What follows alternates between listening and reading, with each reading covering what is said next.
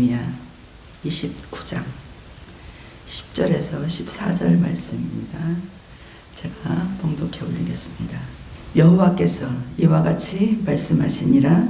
바벨론에서 70년이 차면 내가 너희를 돌보고 나의 선한 말을 너희에게 성취하여 너희를 이곳으로 돌아오게 하리라. 여호와의 말씀이니라. 너희를 향한 나의 생각을 내가 아나니 평안이요 재앙이 아니니라. 너희에게 미래와 희망을 주는 것이니라. 너희가 내게 부르짖으며 내게 와서 기도하면 내가 너희의 기도를 들을 것이요 너희가 온 마음으로 나를 구하면 나를 찾을 것이요 나를 만나리라. 이것은 여호와의 말씀이니라. 나는 너희들을 만날 것이며 너희를 포로된 중에서 다시 돌아오게 하되 내가 쫓겨보내었던 나라들과 모든 곳에서 모아 사로잡혀 떠났던 그곳으로 돌아오게 하리라. 이것은 여호와의 말씀이니라. 아멘. 아멘. 한 주간도 열심히 수고하고 승리하신 여러분들을 축복합니다. 날씨가 많이 쌀쌀해졌어요. 그죠? 기온차가 심한데 건강에 유의하셔서 감기에 걸리지 않도록 조심해야 될 것 같습니다. 우리 한 사람 한 사람이 하나님 앞에 예배자로 세워지게 된 것은 다 같은 방법, 같은 통로로 오게 된 것이 아니죠. 각자 다 그 사람에게 맞도록 여러 가지 다양한 방법들을 사용하여서 다양한 사건들을 통하여서 우리는 하나님 앞에 오게 되었고 하나님을 만나게 되었고 하나님을 예배드리는 자로 이 시간 하나님 앞에 예배하고 있습니다. 하나님의 부르심에 지금 예배자로 교회에 나가서 예배드리는 분들도 있고 아직 결단하지 못한 채 세상과 하나님 사이에서 갈등을 하고 있는 많은 사람들도 있을 것이고 또 전혀 하나님과 무관한 채로 하나님을 외면하며 살아가는 많은 다양한 부류들의 사람들도 있을 줄 압니다. 그러나 하나님은 언제나 여러분을 향해 이야기를 하고 계십니다. 내가 너희를 사랑한단다. 나는 너를 기다리고 있단다. 나는 너와 함께 하기를 원한다. 오늘 말씀에도 하나님은 우리에게 사랑의 고백을 하고 있습니다. 10절에서 11절 말씀을 보면 여호와께서 이와 같이 말씀하시니라. 바벨론에서 70년이 차면 내가 너희를 돌보고 나의 선한 말을 너희에게 성취하여 너희를 이곳으로 돌아오게 하리라. 여호와의 말씀이니라. 너희를 향한 나의 생각을 내가 아나니 평안이요 재앙이 아니니라. 너희에게 미래와 희망을 주는 것이니라. 본문에서는요, 이스라엘에 대한 하나님의 목적과 의도가 무엇인지를 언급하고 있습니다. 바벨론에서 70년이라는 기간이 차게 되면 여호와께서는 자기 백성을 고국으로 돌아오게 할 것이다 라고 말씀을 하고 계십니다. 그때 당시에 바벨론은 급부상하고 있었어요. 급부상하고 있었기 때문에 70년 후에 바벨론이 망하리라고는 그때는 생각하지 못했다라는 거죠. 강국이 되어가는 바벨론, 점점 강하여지는 나라 바벨론이 패망하여질 것이라는 말이요 귀에 들리지 않았어요. 그러나 우리나라도 그런 시절이 있었죠. 일본에게 지배당해서 36년이라는 일제강점기가 있었는데 그때 당시에는 우리나라가 언제 해방이 돼? 이제 일본에게 잡혀서 우리나라가 일본이 되는 거야? 이제 일본화가 되는 거야? 말도 뺏겨버리고 언어도 뺏겨버리고 다 이름도 다 바꾸고 사상까지도 다 변화되어가는 그때에 과연 우리나라가 독립이 되리라는 생각을 한 사람이 얼마나 되겠냐 이거죠. 물론 독립을 하기 위해서 독립운동가가 일어나고 그것을 위해서 힘쓰고 애쓰고 노력한 많은 사람들이 있어요. 있지만 일반적인 백성들은 그 짓눌림과 억눌림 가운데에 정말 힘들고 어렵게 살아가면서 우리나라가 정말 일본이 이렇게 떠나가는 날이 언제나 올까라고 생각했던 시간들이 있었겠냐 이겁니다. 그래서 본절의 예언이 그 당시의 사람들에게는 잘 믿어지지 않는 그러한 말씀이었지만 분명히 하나님의 계획 안에는 70년 후에 내가 너희를 본국으로 돌아오게 하리라 하는 계획하심이 있었다라는 것입니다. 하나님의 때가 있어요. 하나님의 때. 하나님의 때. 하나님의 때가 이르면 내가 너희를 돌아보겠다. 내가 너희를 돌보겠다. 하나님의 때가 되면 우리가 아무리 힘들고 어렵고 고난 가운데 있을지라도 우리가 기도하는 목적은 뭐예요? 우리가 인내하는 목적은 뭐예요? 하나님의 때를 기다리는 거예요. 하나님이 나를 이 어려운 가운데서 건져내는 때, 하나님의 나의 기도를 응답해 주시는 때, 그 때를 위해서 열심히 기도하면서 하나님의 말씀에 순종하며 나아가는 것입니다. 그리고 나의 선한 말을 너희에게 성취하겠다. 우리가 기도를 할 때 하나님이 응답해 주세요. 참고 기다리는 자에게 내가 너와 함께 하리라. 내가 너를 돌아보리라. 인자야 인자야 내가 너의 손을 잡아주리라. 내가 너와 함께 동행하리라. 이런 많은 말씀들을 우리가 응답을 받고요. 하나님의 때를 기다리면 내가 그 하나님의 말씀을 성취하는 때가 온다라는 이야기입니다. 그리고 너희를 이곳으로 돌아오게 하겠다. 이곳이 어디예요? 이곳. 우리가 바라고 원하는 그곳. 이곳은 우리가 원하고 바라는 그곳이에요. 이스라엘 백성들은 나라를 되찾는 것이었고 나의 나라가 세워지는 것이었겠죠. 잃어버린 나라. 그런데 우리가 지금 바라고 있는 것은 무엇이에요? 바라고 있는 그곳은 어디예요? 하나님의 나라예요. 하나님의 나라. 하나님의 나라. 내 생각은 너희가 재앙으로 인해 고통을 받는 것이 아니라 평안함을 얻는 것이다.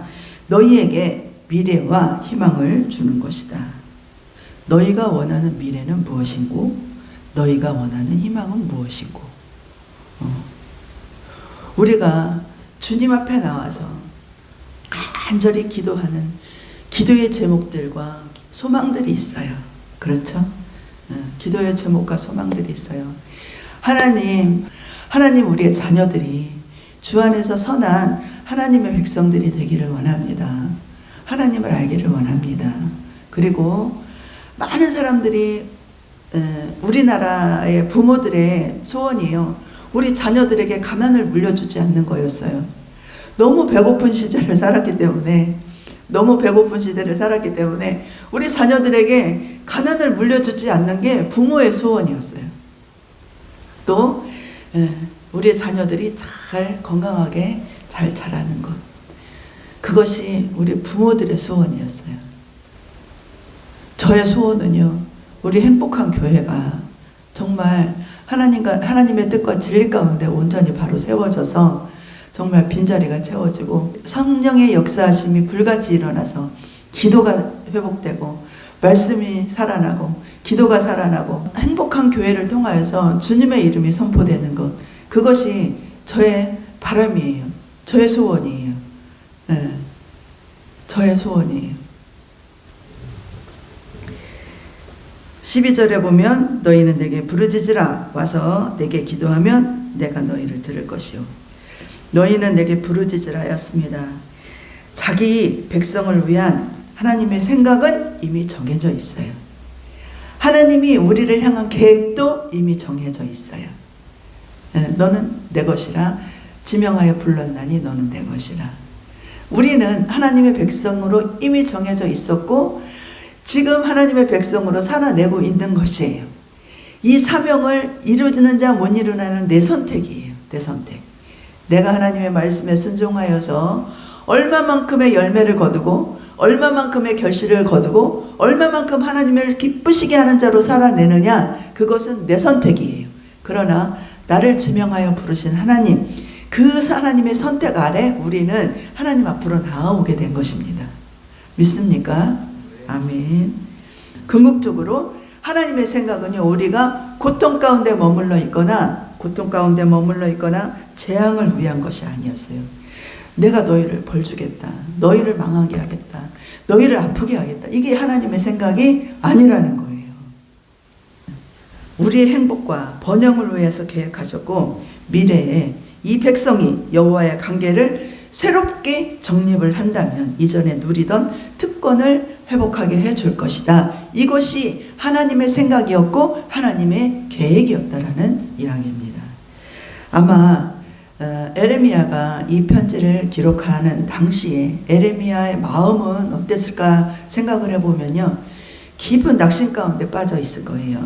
왜냐하면 에레미야는 하나님의 말씀을 들었잖아요.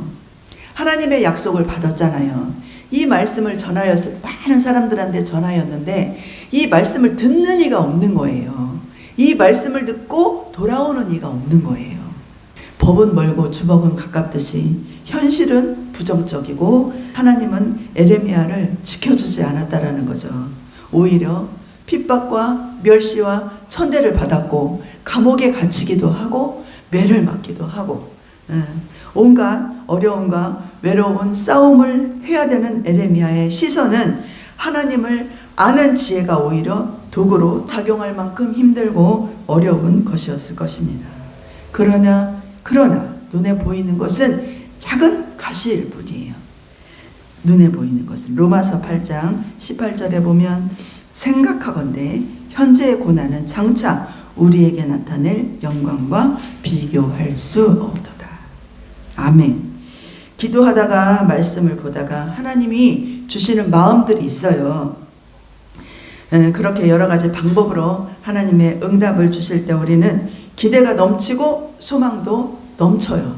그런데 막상 현실에 딱 부딪히게 되면 믿음과 동떨어지게 돼요. 동떨어지게 돼서 마음이 무너지게 되고 믿음이 있음에도 불구하고 마음이 무너지고 어려운 상황 가운데서 부딪히게 될 때 힘을 잃어버리는 경우가 많아지게 됩니다. 역대하 15장 7절에 그런즉 너희는 강하라. 너희의 손이 약하지 않게 하라. 너희의 행위에는 상급이 있음이라 하니라.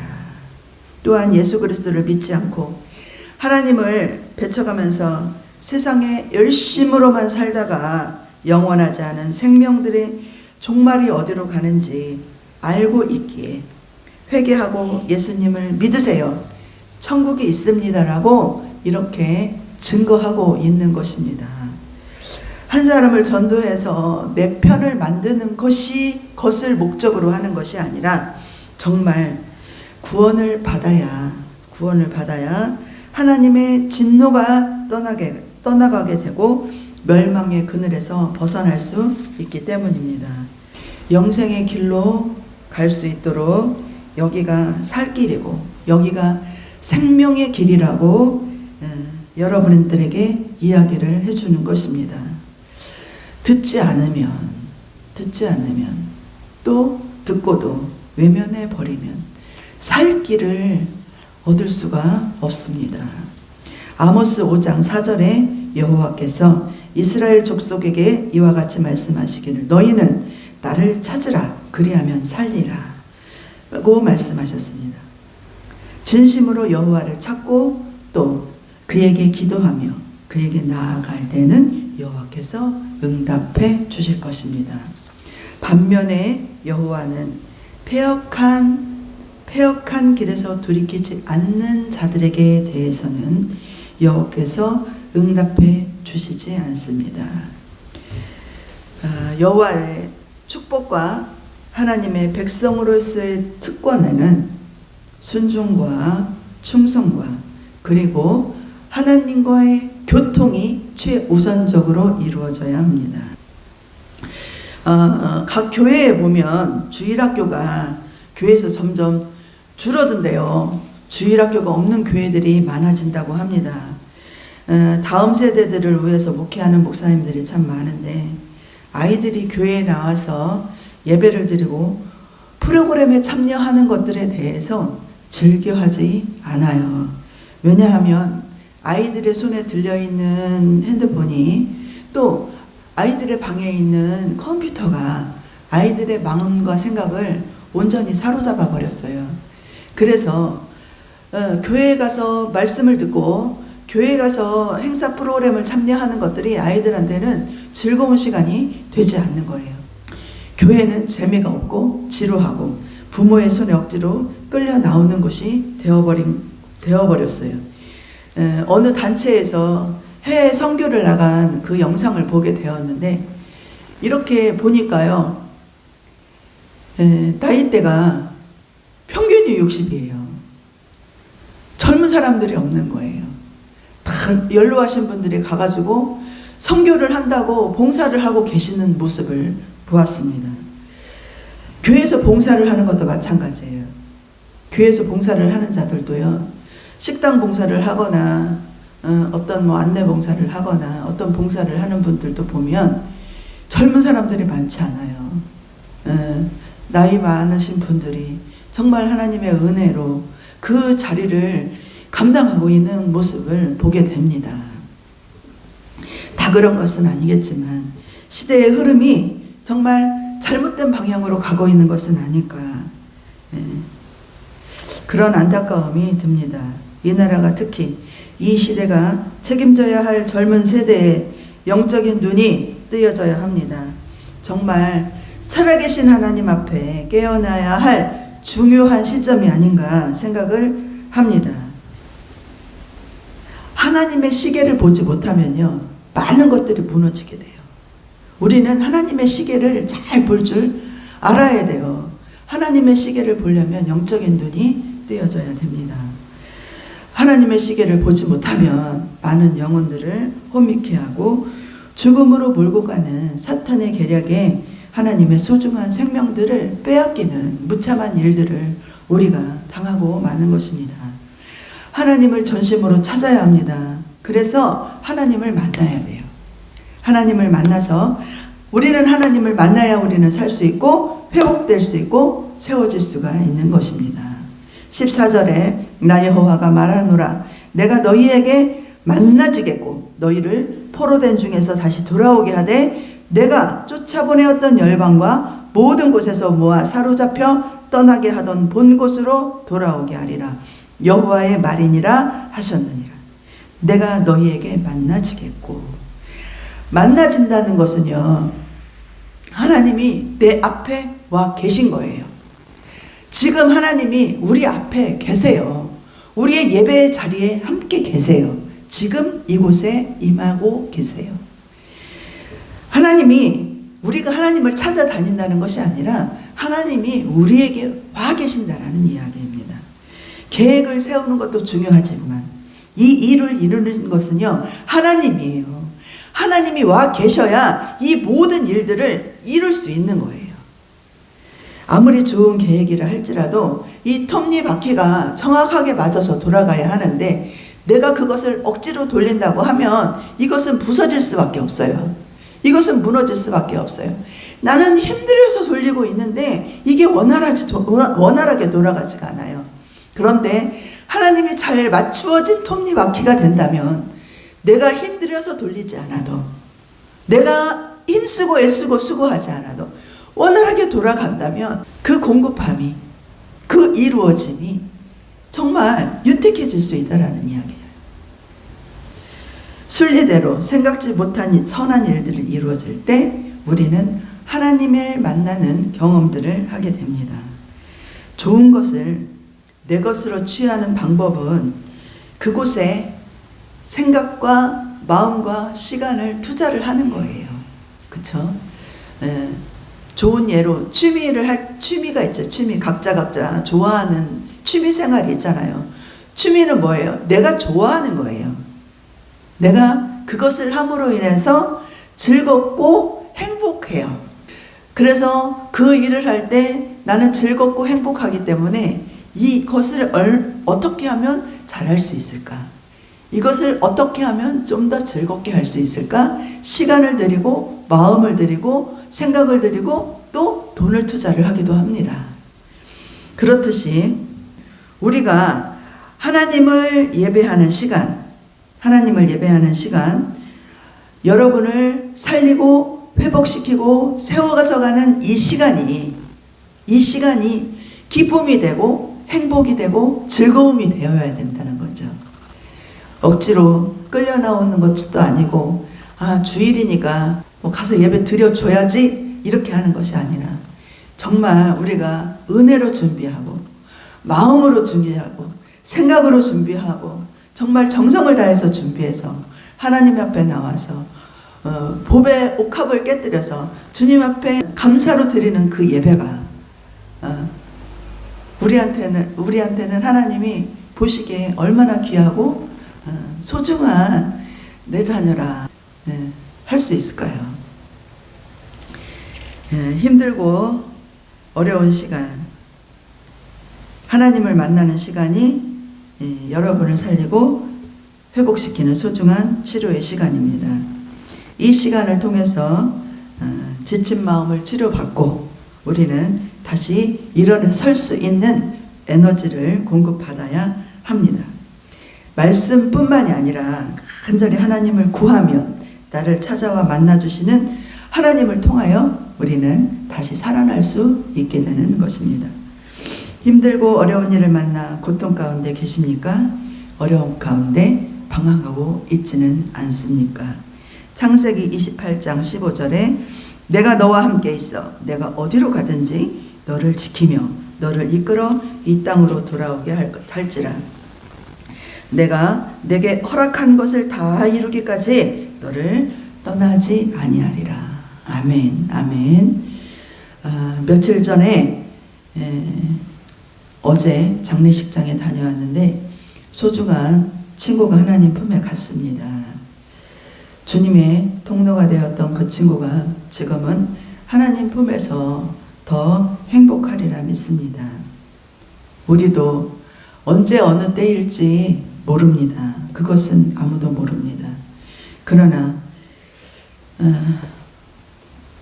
갑작스러운 소식에 우리는 황당함을 감추지 못했습니다. 어제까지도 건강했던 그가 주님 왜요? 이렇게 왜라고 물었지만 이 일을 통해 가장 선한 길로 인도하신 하나님의 마음을 보았습니다. 이렇게 장례식장에 가서 유족들을 만나서 대화를 하는 중에 이 일을 통해서 가장 선하게 인도하시는 하나님의 인도하심을 보았습니다. 사람의 생각으로 이별은 아픔이고 고통입니다. 그러나 그가 남기고 간 소중한 믿음의 열매들이 더욱 풍성하고 풍성해지기를 기도합니다. 오늘 에레미야 말씀을 마지막으로 에레미야를 마칩니다. 상반기 기회가 되면 이 후반절을 말씀을 가지고 에레미야를 또 만나게 되겠지만 오늘까지 해서 에레미야 말씀을 마칠 것입니다. 에레미야 말씀은 총체적으로 우리를 향한 하나님의 고백이었어요. 또 이 시대를 향한 하나님의 경고의 말씀이었어요. 내가 너희를 사랑한다. 나는 너희들과 함께 하기를 원한다. 너희들이 세워지기를 원한다. 오늘의 29장 오늘 봉독해드린 말씀처럼 나는 너희가 행복하기를 원한다. 복받기를 원한다. 그러나 너희들은 나를 외면하였다. 우상들을 섬겼고 나를 떠나갔다. 내 말에 순종하지 않았고 충성하지 않았다. 돌아오라 돌아오라 외치는 에레미야의 말씀이 이 시대를 향한 하나님의 고백이었고 또한 경고였던 것 같습니다.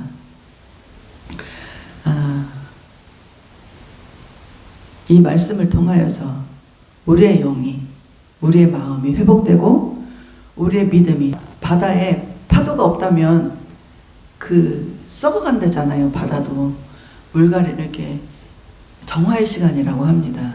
그렇듯이 이 에레미야의 아픈 그런 말씀들을 통하여서 우리의 마음이 정화되고 다시 한번 하나님 앞으로 돌아오는 하나님 앞에 이렇게 정화되는 그런 귀한 시간이 되었을 줄 믿습니다.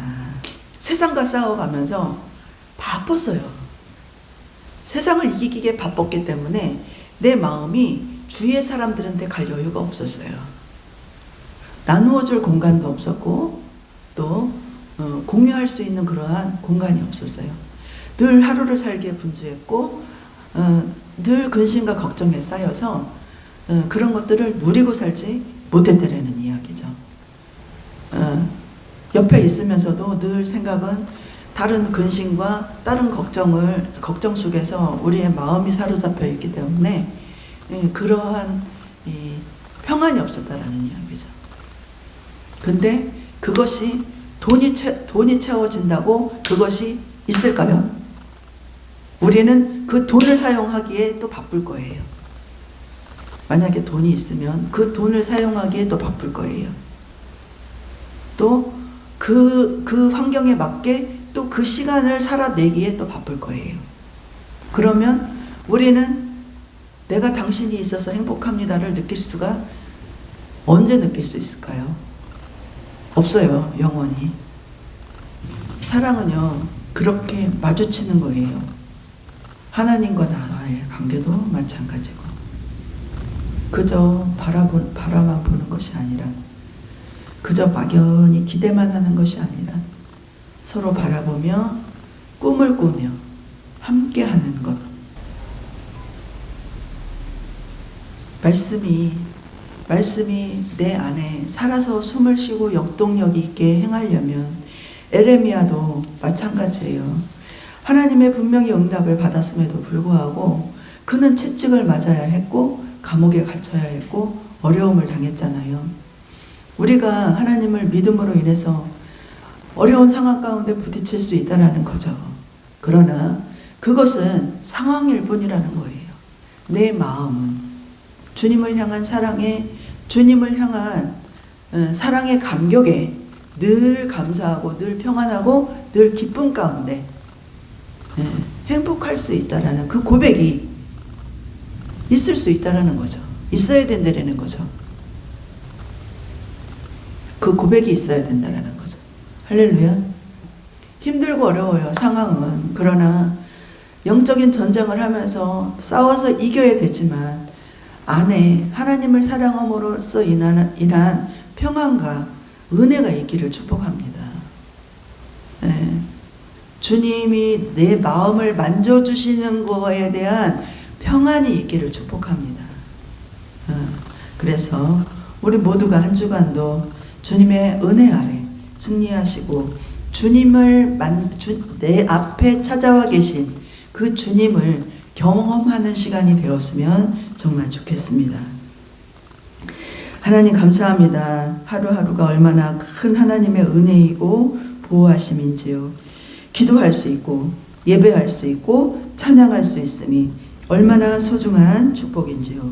하나님의 선하심이 우리 안에 더욱 풍성하게 열매 맺고 그 은혜를 전하는 믿음의 군대가 일어나게 하옵소서. 이 땅에 이루실 하나님의 나라를 구합니다. 주님 임하여 주시고 도우심과 인도하심으로 하나님의 나라가 견고하게 이루어지게 하옵소서. 예수님의 이름으로 기도합니다. 아멘. 내게 있는 모든 것을 겸손하게 드리네. 세상 욕심 멀리하니 나를 받아주소서. 주